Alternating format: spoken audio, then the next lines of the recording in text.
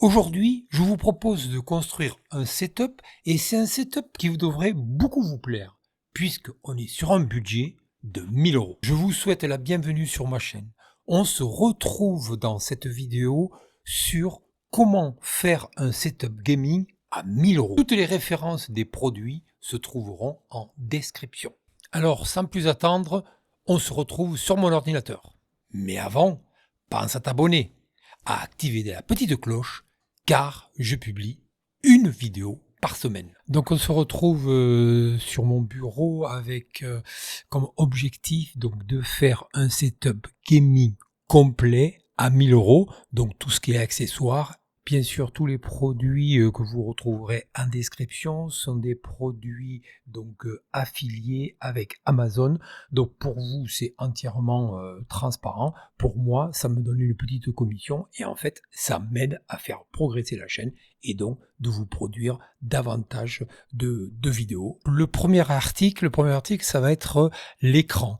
Donc l'écran, on a différents écrans, que ce soit en 24 pouces ou en 27 pouces ou autre.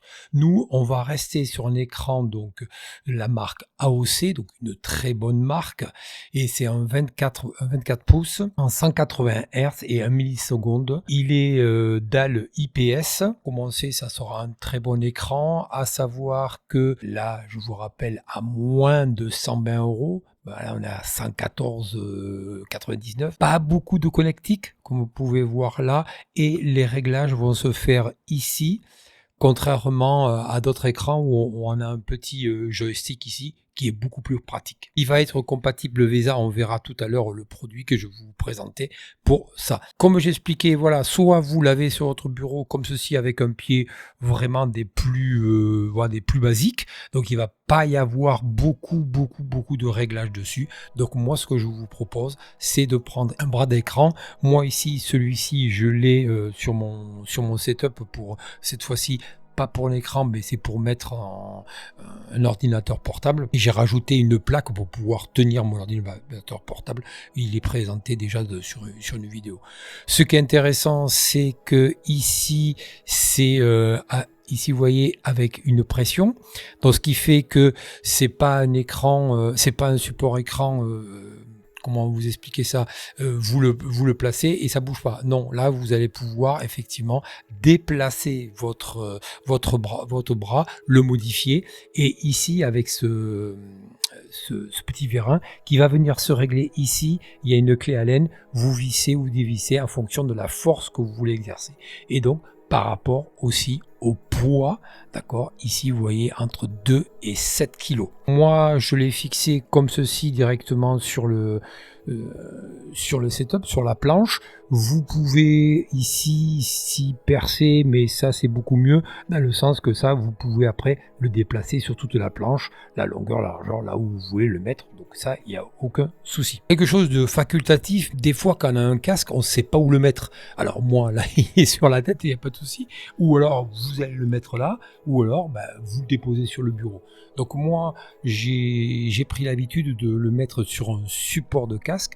Comme ça déjà, il est comment ça s'appelle ça, il est bien posé, il n'y a pas de souci. Celui-ci, pour 7 euros, donc là, il n'y a pas de souci. Donc c'est en 3 parties, une petite partie là, une petite partie là. C'est du plastique, c'est entièrement basique. Maintenant, ce qu'il faut faire attention des fois, c'est que cet axe-là, la barre là, elle tient pas très bien sur son socle. Voilà, c'est ce qui peut être un petit peu gênant. Moi, en revanche, j'ai pris ce type de support de casque. Là, lui, il va se fixer directement sur la planche. Ici, on va pouvoir visser. Donc, il va être adaptable en fonction de la largeur, l'épaisseur de votre planche. Surtout, un avantage très intéressant, c'est que, voilà, donc voilà les dimensions. Mais c'est surtout que, voilà. Hop là, voilà. Vous l'avez en position pour mettre le casque. Vous n'en servez pas. Hop, vous le repliez. Donc, vraiment, en plus, il est pratique pour pouvoir se mettre et se visser sur votre plan de travail. Et ensuite, quand vous l'utilisez pas, vous le rangez, vous le repliez. Ensuite, on continue toujours pareil dans notre setup à 1000 euros complet. On va avoir donc le casque. On a vu le support de casque, on va avoir le casque. Donc du coup, Je vous le présente puisque moi j'en dispose de ce casque là. Donc c'est un casque tout noir, très bonne finition ici au niveau du arceau. On va retrouver ici les différents marquages de Fnatic ici et ici aussi. De la bonne finition. Le dessus il est bien assez bien rembourré, donc il n'y a pas de souci. Les coutures sont propres. Ensuite on est sur un arceau vraiment métallique et réglable.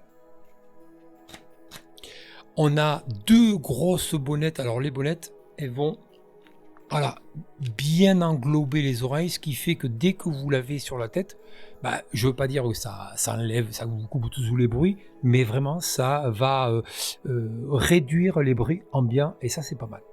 Et en plus au niveau confort, les bonnettes, voilà, elles tiennent bien.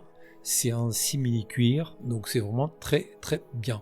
Ensuite, pas de fioriture, on a la marque ici de chaque côté. Il n'y a pas de RGB, il n'y a pas de bouton sur le casque, donc ça c'est bien. On a juste ici l'emplacement du micro et qui est un très bon micro, et en plus un micro donc détachable. Donc voilà, vous l'enlevez, c'est très bien. Ensuite, sur le câble qui fait à peu près 2 mètres, on va avoir une petite télécommande pour uniquement mute et démute le micro et le réglage du son. Voilà, tout simple. C'est simple et efficace. Moi, je n'utilise pas donc le micro du casque. Moi, j'ai pris le Elgato Wave DX et vous le voyez ici. On voit le logo ici, voilà. Et il est monté sur un bras. Le bras, je pourrais vous mettre la référence aussi, pareil, en description. Et donc, il est branché sur la Focusrite interface audio. Donc, et c'est la Scarlett de 3e génération. Donc voilà, c'est un produit connu et reconnu. Là-dessus, c'est très bien, même si c'est la 3e génération et qu'il y a d'autres générations qui sont sorties. Mais là, on n'est pas déçu par le produit, donc ça c'est très bien. Pour continuer donc dans notre setup à 1000 euros complet, d'habitude on a des tapis noirs comme celui que j'ai là. Le reste c'est un tapis de chez Flow Up, il est noir et les bordures blanches. Donc ça change, c'est très bien, c'est très joli et de suite ça fait un cachet. Ensuite, on a du tapis avec RGB ou sans RGB, mais voilà, ça reste du grand classique.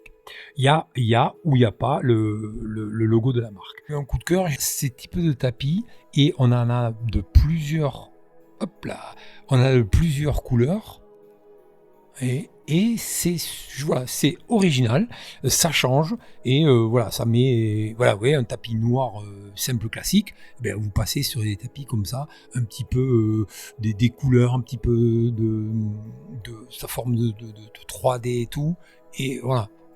On peut vraiment s'amuser à faire des choses sympatoches.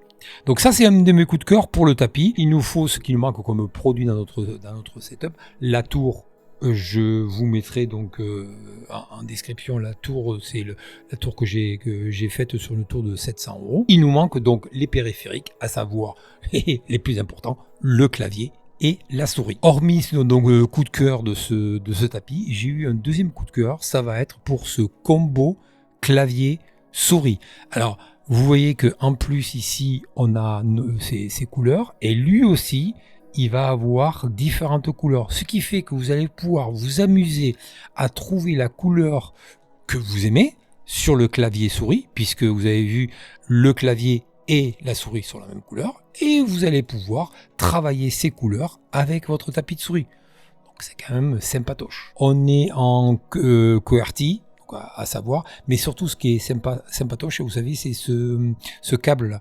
Donc il est filaire bien sûr, hein.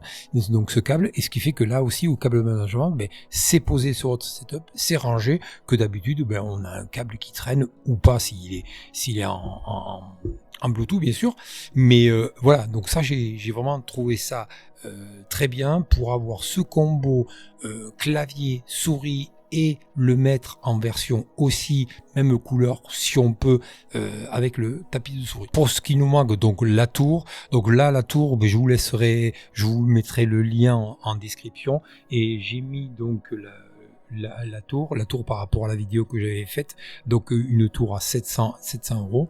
Donc là vous allez avoir toute la la description effectivement dans cette vidéo de cette tour à 700 €. Donc ce qui fait que quand vous prenez cette tour à 700 € plus tout ce qu'on a vu au niveau périphérique, à savoir donc notre écran, à savoir donc le support écran. Là aussi, ça peut être facultatif si vous voulez le garder avec son petit pied. Ensuite, on a notre support de casque facultatif aussi, mais on a celui-ci qui est posé directement, ou alors celui-ci que moi j'utilise qui va être directement sur votre setup. Et en plus, vous avez vu, on peut mettre le câble ici, là. Donc ça, c'est bien.